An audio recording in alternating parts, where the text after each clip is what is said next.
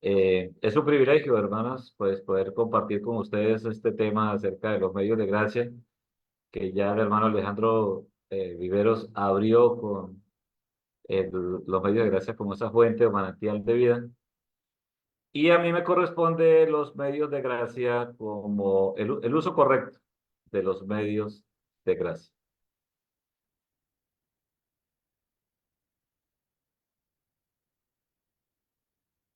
Entonces, quisiera iniciar con una oración pidiendo la dirección del Señor. Padre bueno, te damos gracias por la vida que nos concede hasta este momento, sin merecerlo, y la salud que tú quieres brindarnos y todos los medios para poder estar en estas conferencias, Señor, que a ti te ha placido eh, transmitir y divulgar por medio de la Academia de Ginebra. Gracias, Señor, por estos medios virtuales que nos concedes proclamar tu santo evangelio. Gracias por cada uno de los hermanos, de los estudiantes conectados. Y gracias, Señor, por estos temas tan relevantes para nuestros días y la necesidad que todos tenemos, Señor, de crecer en la gracia tuya. Pedimos tu dirección y tu gracia en el nombre de nuestro Señor Jesucristo. Amén.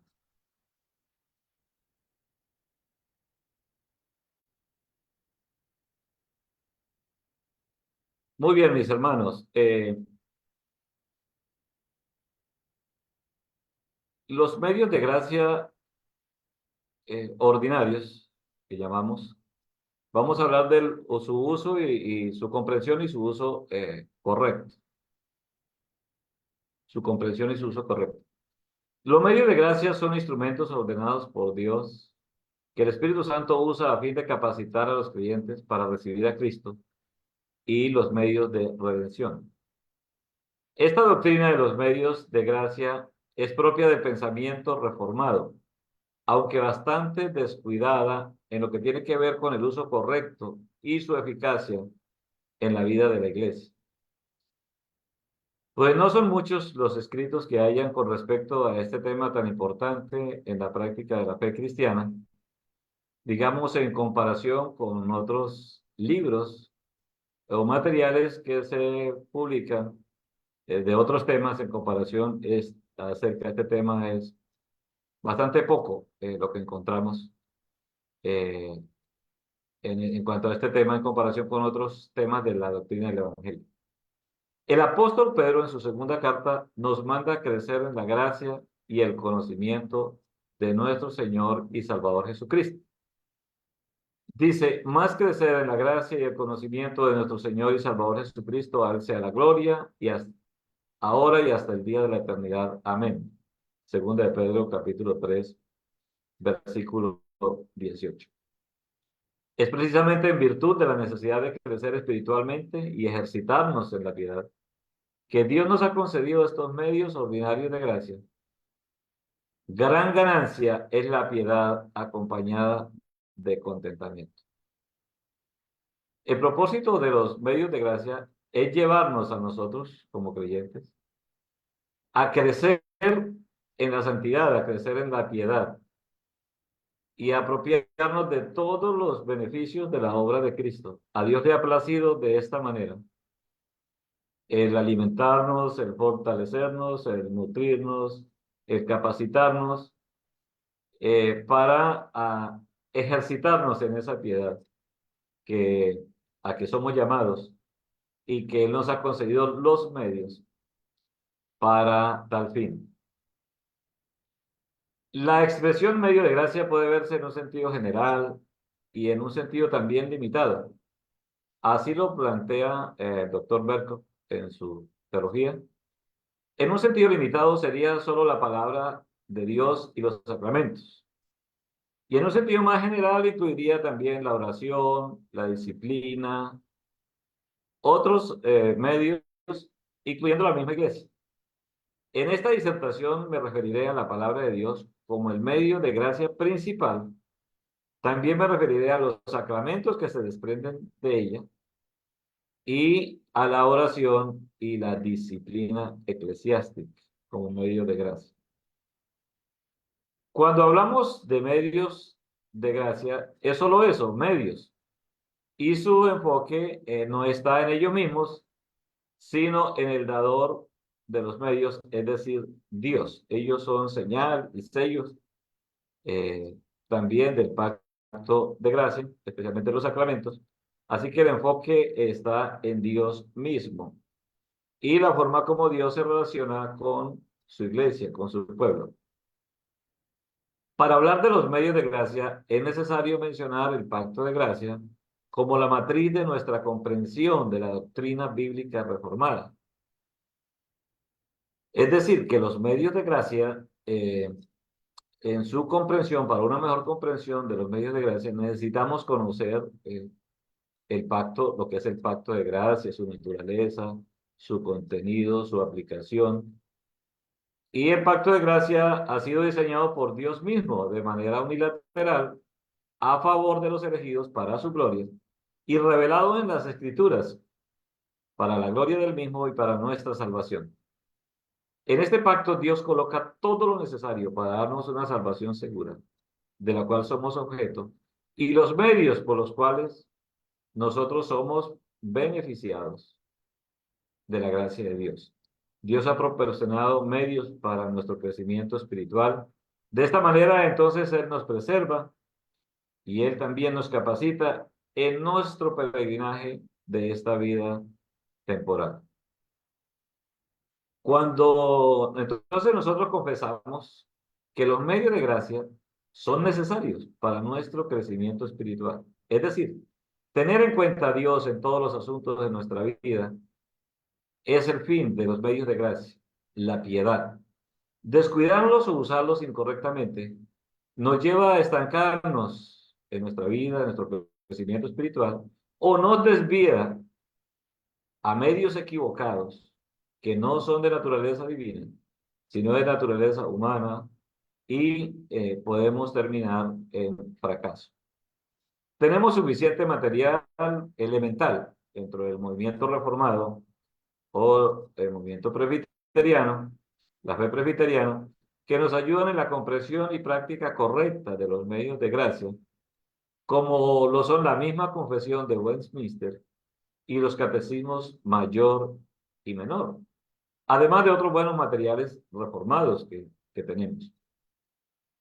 Ya el hermano Alejandro Viveros ha mencionado, ¿no?, cómo estos medios de gracia están plasmados tanto en la confesión de Westminster como en los catecismos, y que son muy útiles y necesarios. No solamente el buen uso de los medios de gracia, sino el conocer, el estudiar esta doctrina en la Biblia para una mejor comprensión y también para un uso correcto de ellos mismos.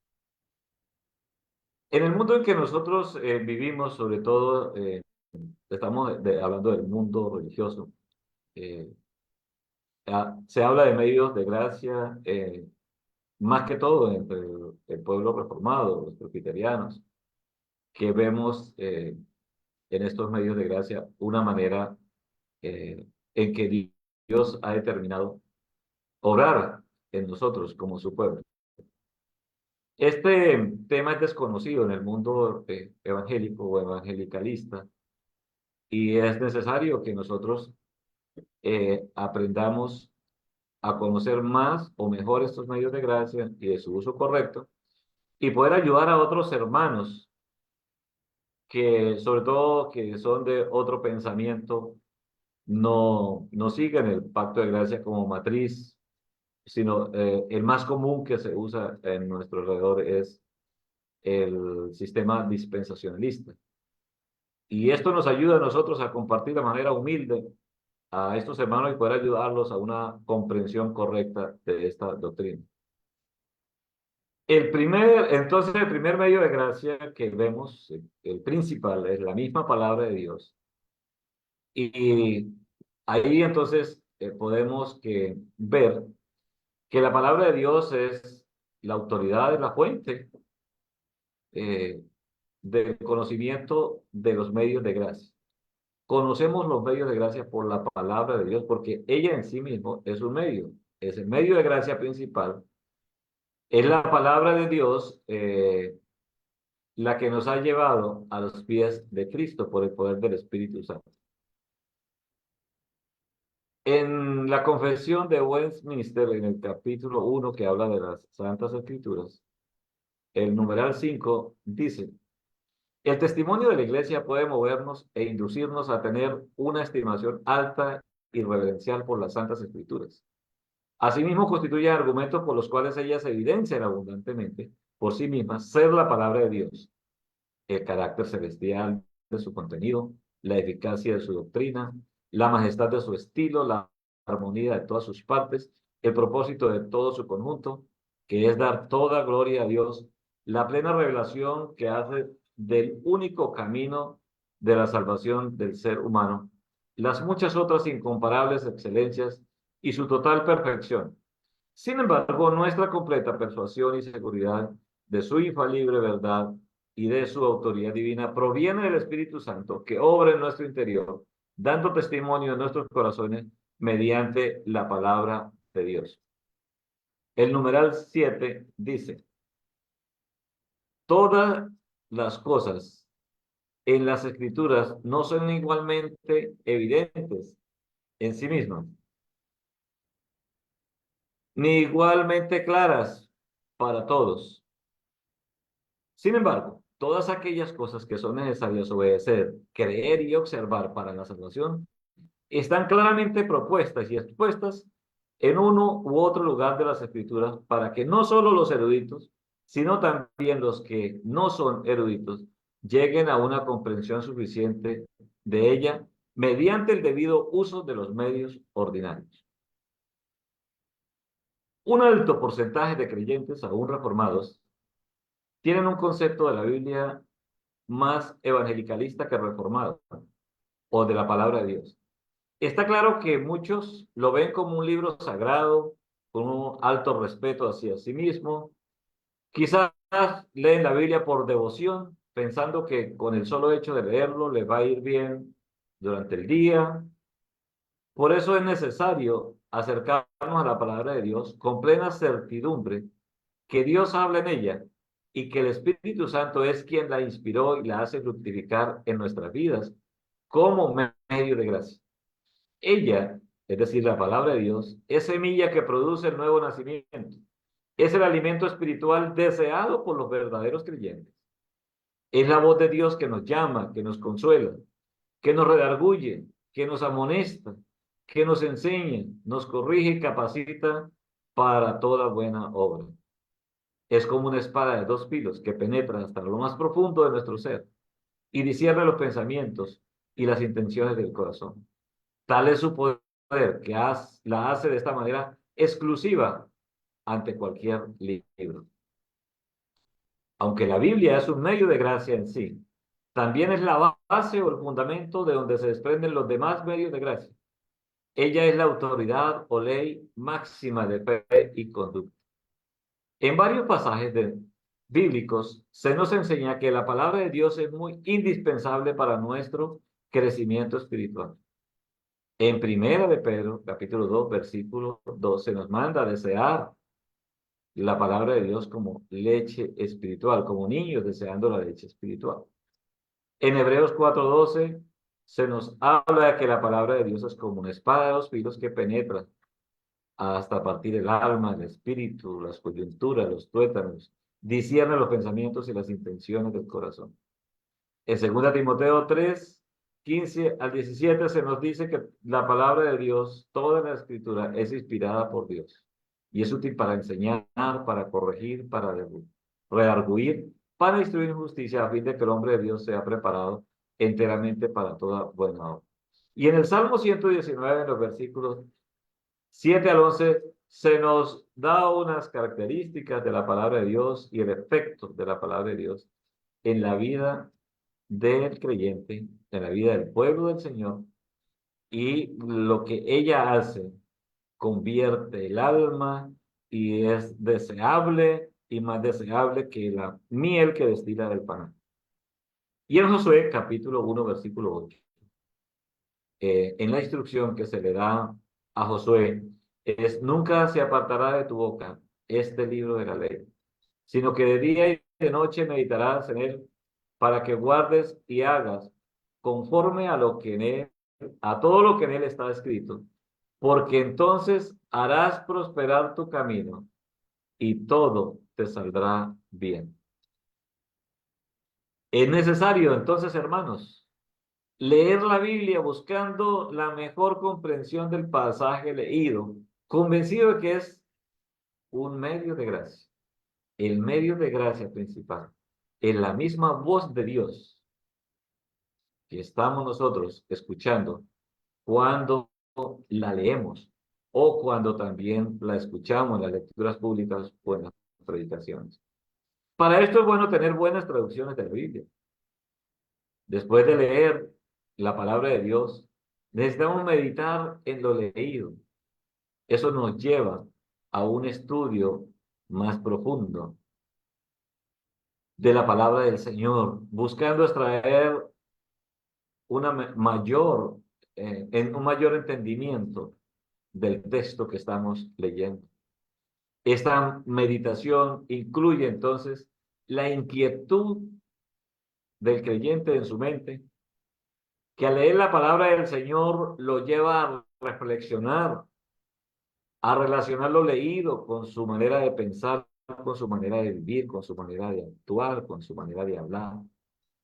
Lo conduce a apreciar la palabra de Dios, a poner en alta estima el contenido, lo que es la palabra de Dios, como un tesoro invaluable que supera el valor de las piedras preciosas, que no hay nada incomparable con ella. No hay algún valor que se pueda comparar con la palabra de Dios. Y Dios entonces en su palabra nos dice que debemos practicar y obedecer los principios de la palabra de Dios. De esta manera, hermanos, entonces necesitamos acercarnos a la palabra de Dios de una manera correcta, no mirándolo como un libro que puede traernos alguna buena suerte, como algunas personas lo tienen en sus casas, sino el libro que nos revela a Dios, su carácter, su naturaleza, el propósito de Dios para con su pueblo escogido, la tarea de predicar el Evangelio para que los elegidos vengan a Cristo. No es leer la Biblia entonces por leerla y jactarnos quizás de las muchas veces que hemos leído la Biblia, aunque es necesario leerla muchas veces. Hay que hacer un correcto uso de la Escritura. También cuando escuchamos las lecturas públicas de la palabra del Señor, en el culto, en el día del Señor, o la predicación de la misma, debemos tener tal confianza que Dios nos ministra por medio de su palabra.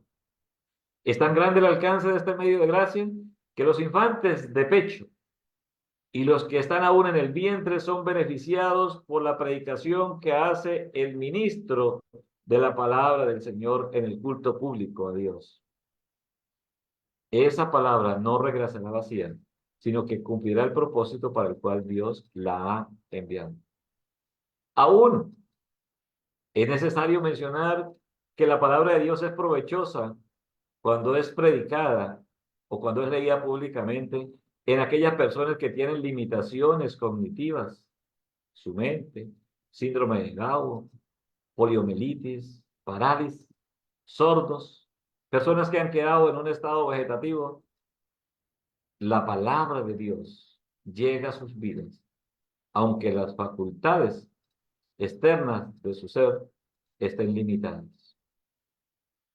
El segundo medio de gracia que quiero mencionar, que se desprende también de la palabra de Dios y que necesitamos conocer esta hermosa doctrina, es la oración.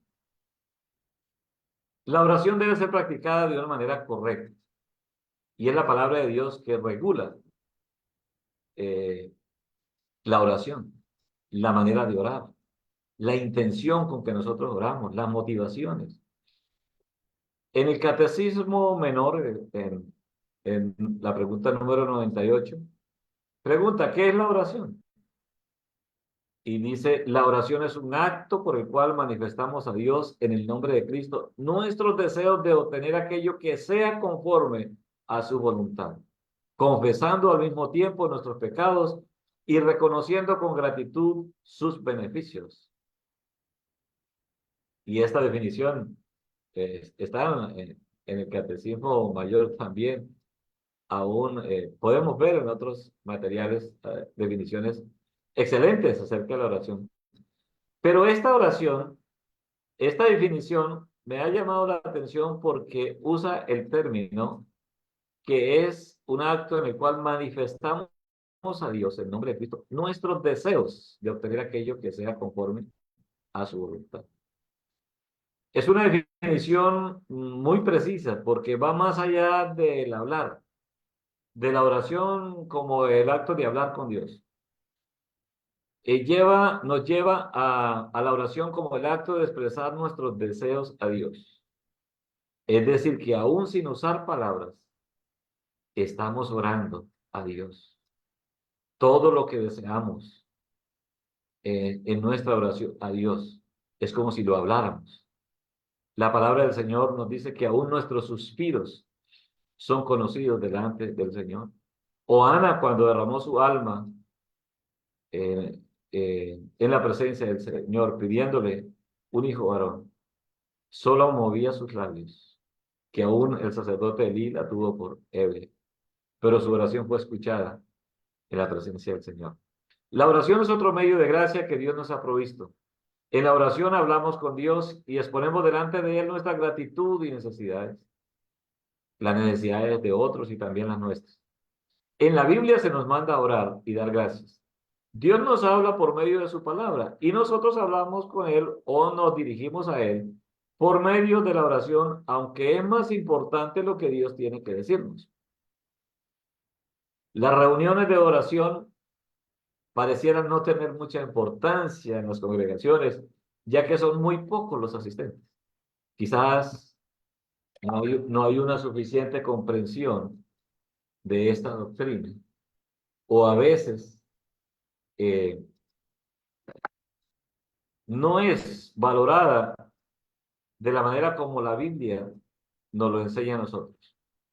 Esta doctrina como medio de gracia es necesario enseñarla más periódicamente.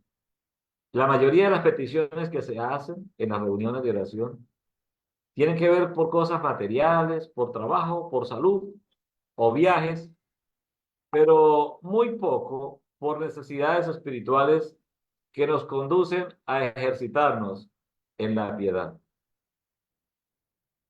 En Génesis, capítulo 4, versículo 26, se nos dice que después del nacimiento de Nos, hijo de Set, los hombres empezaron a invocar el nombre de Jehová. Es una bendición muy grande que nosotros, en condición de pecadores, podamos acercarnos, como dice el escritor a los hebreos, con plena confianza al trono de la gracia de Dios para encontrar el oportuno socorro, la asistencia de Dios en el oportuno socorro. Qué bendición poder tener acceso directo al trono de la gracia del Señor. Por eso necesitamos que nuestras peticiones, cuando oramos al Señor o en las reuniones de oración, incluyan más nuestra necesidad espiritual, la necesidad, nuestras dificultades espirituales, la necesidad de vencer lo que la Biblia nos dice que debemos vencer, abandonar, lo que debemos seguir, que solo es por la gracia y el poder de Dios. Por eso es necesario la oración. La oración nos lleva a depender de Dios y de su santa voluntad y abandonarnos bajo su cuidado, sabiendo que todas las cosas nos han de ayudar para bien. La oración es parte vital de nuestra comunión con Dios. De hecho, hermanos, todos los medios de gracia son vitales en nuestra comunión con Dios. La palabra de Dios es acercarnos a escuchar su voz. La oración es acercarnos al Señor y expresarle ante Él nuestro deseo de hacer su voluntad y la necesidad que tenemos de Él para eso.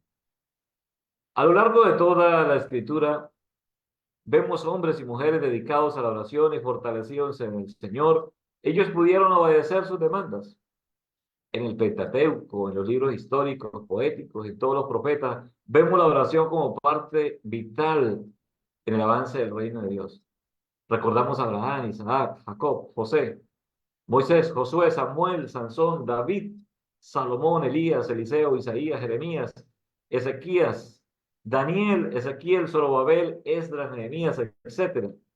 Fueron personas dedicadas al Señor y fueron dedicados a mantenerse cerca del Señor por medio de la oración. Y en el Nuevo Testamento es mucho más amplia esta doctrina, enseñada por el Señor desde el Sermón del Monte hasta el fin de su ministerio terrenal. El Señor Jesucristo instruyó a sus discípulos a orar correctamente y cómo no debían de orar también. Les enseñó cómo era la oración correcta.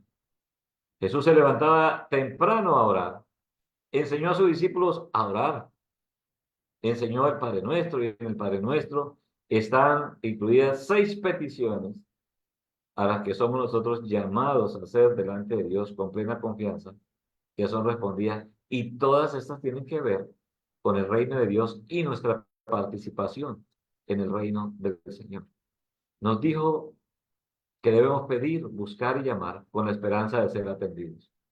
El Señor usó parábolas como la viuda y el juez injusto, la del fariseo y el publicano, para enseñarnos a orar siempre y no desmayar, haciéndolo de la manera correcta, como en el caso de la oración del fariseo y el publicano, que el Señor mostró allí que la manera correcta es la oración que hizo el publicano, una oración sencilla, pero salió justificado allí. Y el fariseo hizo una oración hipócrita e incorrecta delante del Señor. Y el Señor también oró por los elegidos antes de ser conducido a la cruz, y estando allí colgado, oró al Padre pidiendo perdón por los que le habían condenado y encomendó su espíritu en las manos del Padre. Cuando el Espíritu Santo vino sobre los creyentes en el día de Pentecostés, estaban reunidos orando en el aposento alto. Los apóstoles oraban, la iglesia en Jerusalén oraba en medio de la persecución. Los mártires como Esteban oraron antes de morir. El apóstol Pablo, quien fuera perseguidor de la iglesia antes de su conversión, oraba después por el avance del reino de Dios y por el bienestar de las iglesias. En varias epístolas les describe que los recuerda en oración. En sus cartas nos enseña acerca de la doctrina de la oración para que podamos hacerlo de la manera correcta. Nos dice que no sabemos orar como conviene, pero que debemos confiar en el Espíritu Santo y en Cristo, que son intercesores permanentes a nuestro favor. Nos manda a orar los unos por los otros sin cesar, dando gracias en todo. Nos manda a orar por todos los hombres, para que se arrepientan de los que están en los altos cargos de eminencia, también por los que predican el Evangelio, para que Dios abra las puertas y su palabra corra y sea glorificada. Y es el libro de Apocalipsis el que termina mostrando a la iglesia con copas llenas de incienso, que son las oraciones de los santos. Este medio de gracia no puede ser descuidado, pues nos mantiene en continua dependencia del Señor.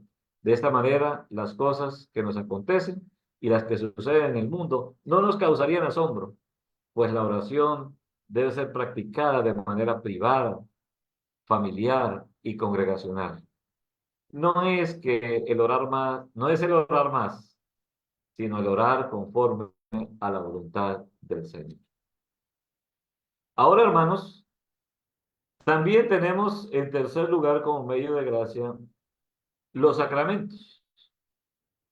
Los sacramentos, según la confesión de Westminster en el capítulo 27, son signos y sellos santos del pacto de gracia, directamente instituidos por Dios con el propósito de representar a Cristo y sus beneficios y para confirmar nuestra participación de Él y también para establecer una diferencia visible entre los que pertenecen a la Iglesia y el resto del mundo, para comprometerlos solemnemente en el servicio a Dios en Cristo en conformidad con su palabra. En cada sacramento hay una relación espiritual o unión sacramental entre el signo y la cosa significada, de manera que los nombres y los efectos del uno se le atribuyen también al otro. La gracia que se manifiesta en y por medio de los sacramentos, correctamente usados, no se confiere por algún poder que hay en ellos. La eficacia del sacramento tampoco depende de la piedad o la intención del que lo administra, sino de la obra del Espíritu y de la palabra de la institución, la cual contiene, junto con un precepto que autoriza su uso, una promesa de beneficio a los que lo reciben dignamente. ¿Qué es un sacramento? El Catecismo Menor nos responde en la pregunta número 92. Un sacramento es una práctica sagrada instituida por Cristo, la cual por medio de signos sensibles representa a Cristo y los efectos de la nueva alianza y los confirma y aplica a los creyentes. Es necesario, entonces, hermanos, también siempre estar profundizando, estudiando esta doctrina de los sacramentos como medios de gracia, porque fácilmente podemos olvidar algunos detalles y desviarnos en la comprensión correcta y en el uso correcto de los sacramentos. Hoy vemos que prácticamente este nombre de sacramento es usado en la doctrina reformada y también en el romanismo, pero con otras connotaciones.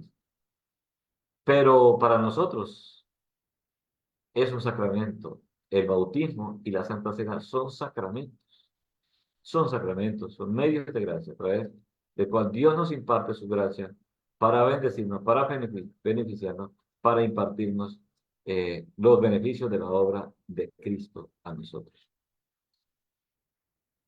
Es triste ver hoy cómo se celebran estos sacramentos de manera equivocada, no como nos lo enseña la palabra de Dios y como se plasma, ¿no? En las confesiones y en los catecismos. Y por eso damos gracias a Dios, porque mucho tiempo militamos en el dispensacionalismo, pero Dios, en su gran misericordia, nos ha traído a esta bendita doctrina bíblica reformada al presbiterianismo histórico. En primer lugar, en cuanto a estos medios de gracia como son los sacramentos, tenemos dos, el bautismo y la cena del Señor o la Santa Cena. El bautismo es un sacramento del Nuevo Testamento instituido por Jesucristo, no solo para admitir solemnemente a las personas bautizadas en la iglesia visible, sino también para que sea para ella un signo y sello del pacto de gracia, de haber sido injertado en Cristo, de la regeneración, de la remisión de pecados y de su entrega a Dios mediante Cristo Jesús, para andar en vida nueva. Este sacramento, por institución del propio Jesucristo, debe continuar en la iglesia hasta el fin del mundo.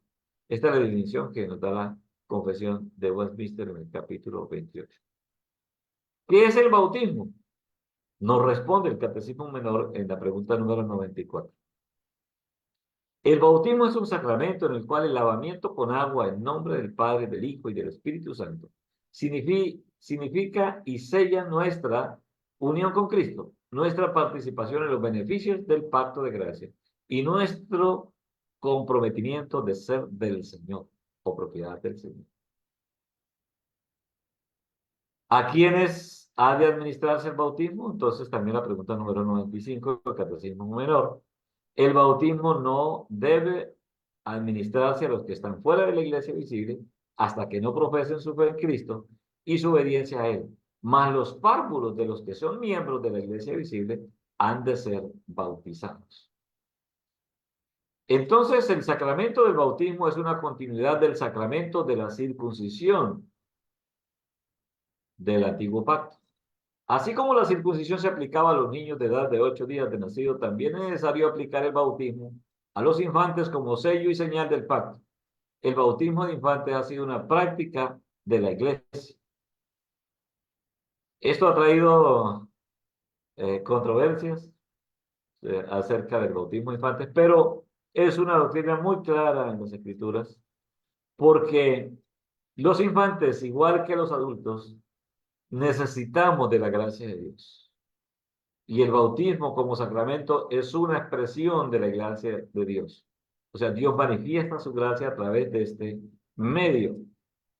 El bautismo simboliza la venida del Espíritu Santo sobre la iglesia y debe hacerse de manera correcta.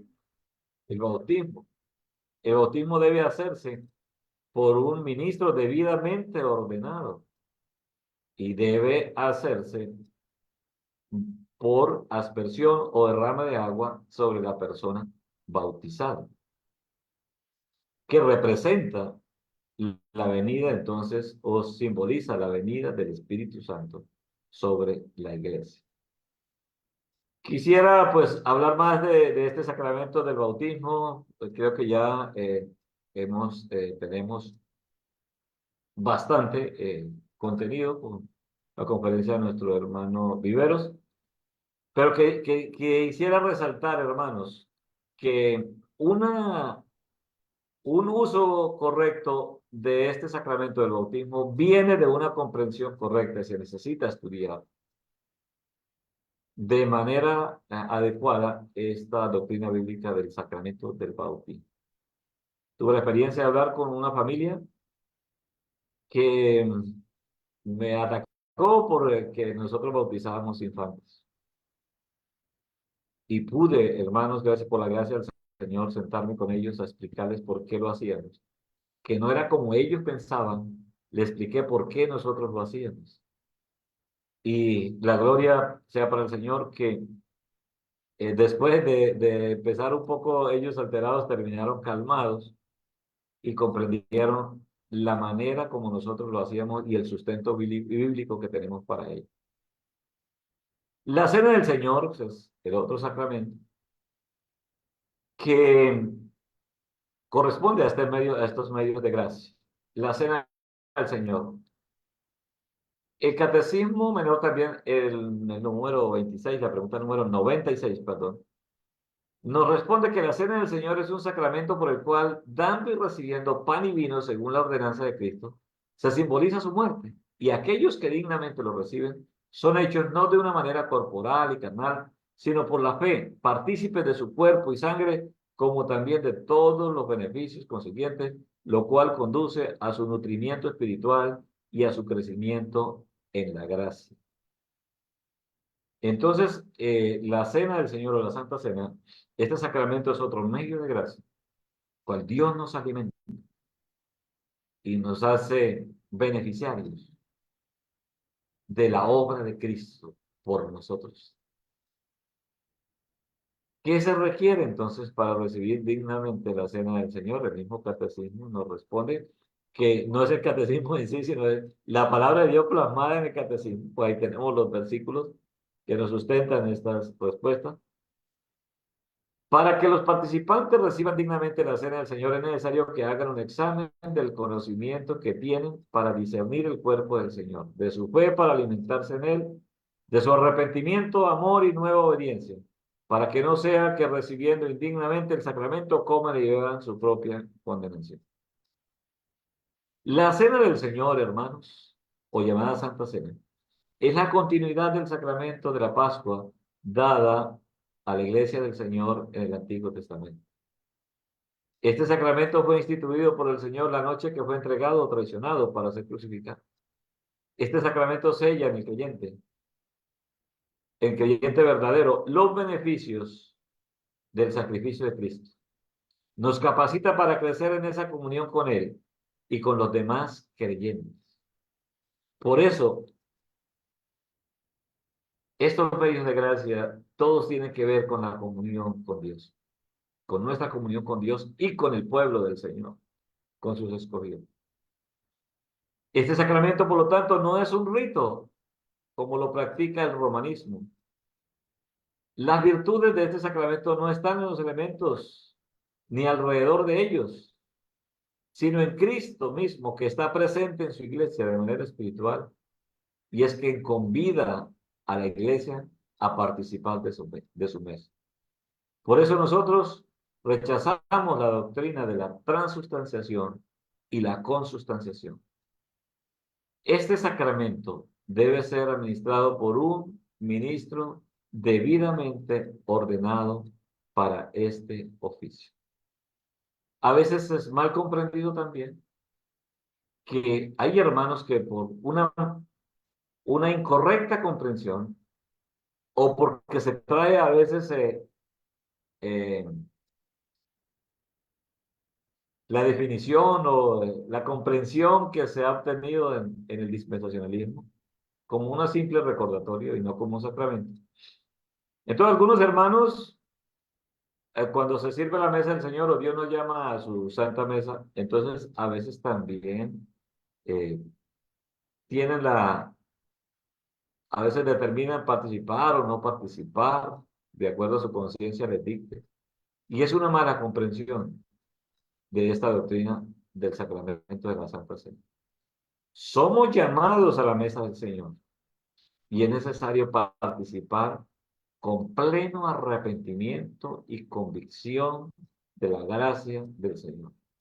No nos es concedido eh, a nosotros apartarnos de la participación del sacramento como un escape, digamos, de la disciplina que el Señor ejerce al participar indignamente. Precisamente es el sacramento de la Santa Cena que nos lleva a acercarnos al Señor en arrepentimiento y restablecer nuestra comunión con Él. Este sacramento entonces debe ser administrado debidamente por una persona ordenada, no como el evangelicalismo, que cualquier persona, a veces los diáconos, puede hasta otros hermanos sirven el sacramento de la Santa Cena o algunos lo llevan a las casas donde están las personas, a veces a los enfermos. Así solamente por personas que no han sido ordenadas debidamente para esto. Hermanos, y por último, quería mencionar la disciplina eclesiástica como un medio de gracia. Y quiero mencionar este medio de gracia porque es muy necesario en nuestros días. En la Escritura encontramos este principio de la disciplina, de la corrección, de la amonestación, como algo necesario para crecer en la piedad, como un distintivo de las personas sabias. Corrige al sabio y te amará, dice Salomón en Proverbios. Y debemos darle gracias a Dios por las personas que nos corrigen, que nos disciplinan, que nos amonestan, que por medio de la palabra nos conducen en este camino de la piedad o de la santidad. En la confesión de Westminster, en el capítulo 30, encontramos este tema de la disciplina eclesiástica. El Señor Jesús, como rey y cabeza de su iglesia, ha designado en ella un gobierno en manos de los oficiales eclesiásticos distintos del magistrado. A estos oficiales se les ha encargado las llaves del reino de los cielos, en virtud de lo cual tienen poder respectivamente para retener y remitir los pecados, para cerrar aquel reino a los que no se arrepienten, tanto por la palabra como por las censuras, y para abrirlo a los pecadores arrepentidos por medio del ministerio del Evangelio y mediante la absolución de las censuras según lo requieran las circunstancias. En el numeral 3 dice, las censuras eclesiásticas son necesarias para rescatar y ganar a los hermanos ofensores, para disuadir a otros de ofensas similares, para purificar de aquella levadura que puede infectar a toda la masa, para vindicar el honor de Cristo y la santa profesión del Evangelio, y para prevenir la ira de Dios que con justicia podría caer sobre la iglesia, si ésta consintiera que el pacto del Señor y sus sellos sean profanados por ofensores notorios y obstinados. Para el mejor logro de estos fines, los oficiales de la Iglesia deben proceder mediante la amonestación, la suspensión del sacramento de la Santa Cena por un tiempo y mediante la excomunión de la Iglesia, según sea la naturaleza del crimen y del desmerecimiento de la persona. Hermanos, por eso es importante la amonestación. Por eso es importante atender la reprensión que nos hace la palabra cuando nosotros la escuchamos en la lectura pública, cuando la leemos, cuando escuchamos la predicación, atender esa amonestación que el Señor nos hace por medio de su palabra. La amonestación que Dios nos hace por medio de los hermanos, porque somos llamados a amonestarnos los unos a los otros y eso es disciplina. También la amonestación que Dios nos hace por medio de los oficiales de la iglesia, sean los diáconos, sean los ancianos gobernantes, los ministros. Hermanos, darle gracias a Dios, porque un profeta, cuando Dios mandaba a un profeta, la palabra más terrible que el pueblo pudiera escuchar es cuando Dios le decía al profeta, déjalos. no les hables más. ¿Qué sentencia tan terrible es esa? Y qué bendición tenemos cuando Dios siempre nos está llamando al arrepentimiento, a buscarle a Él, cuando Él nos corrige. Y por eso encontramos en la palabra del Señor, especialmente encontramos en el Nuevo Testamento, en la carta a los Corintios, la disciplina aplicada por participar en la cena de manera indigna. Y nos dice que siendo juzgados, dice el apóstol Pablo en el capítulo 11 de la carta a los Corintios, mas siendo juzgados somos castigados por el Señor para que no seamos condenados con él. Y aquel hermano que vivía con la madrastra, con la mujer que había sido de su padre, la sentencia es ser entregado a Satanás y Pablo dice para destrucción del cuerpo a fin de que su espíritu sea salvo en el día del Señor. Siempre la disciplina procura rescatar a la persona que ha sido eh, engañado por el pecado y que va en sendas de maldad. Y que aún en la palabra de Dios nos da esa esperanza de que el espíritu sea salvo en el día del Señor. Bendito medio de gracia. Y gracias a Dios por las personas que nos disciplinan, que nos corrigen, usando la palabra de Dios como instrumento, que es el medio de gracia principal. Pues mis hermanos, con esto eh, estoy terminando haciendo estas aplicaciones finales, mis estimados hermanos. Es necesario volver a las Escrituras como medio de gracia, más que como libro, la Biblia, libro de consulta, libro de estudio, como medio de gracia, que al leerla y estudiarlo podamos nosotros buscar en ella la palabra, la voluntad de Dios para nosotros. Que siempre sea esa intención de ir a la palabra buscando el ser moldeados a la imagen de Cristo. E ir a los sacramentos con ese propósito de ser bendecidos por Dios, de ser restaurados, de ser fortalecidos para seguir trasegando, andando en esa senda que el Señor nos trazó con la fortaleza espiritual que Dios nos da. Que podamos acercarnos a Dios en oración confiadamente, en que Dios nos imparte su gracia, en que somos oídos en su presencia, en que seremos escuchados conforme a su voluntad y que necesitamos aprender a orar más y más conforme a la voluntad de Dios, porque no sabemos orar como conviene. Y acercarnos, hermanos, a la palabra del Señor buscando esa disciplina, esa corrección.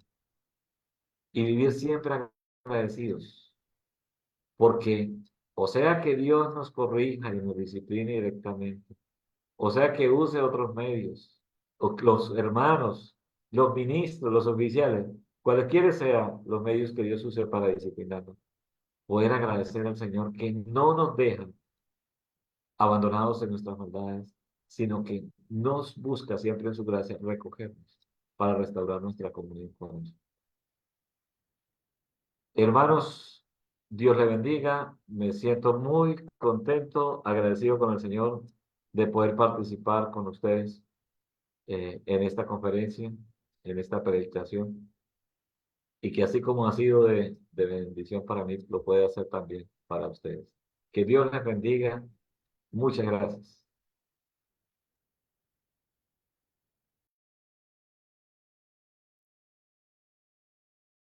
Muchas gracias, Reverendo Eliseo. Que Dios bendiga su vida, su ministerio y gracias por colaborar con la enseñanza de la palabra de Dios. Vamos a continuar con la sección de preguntas. No sé si algún hermano tiene alguna duda al respecto. Es momento para realizarlas.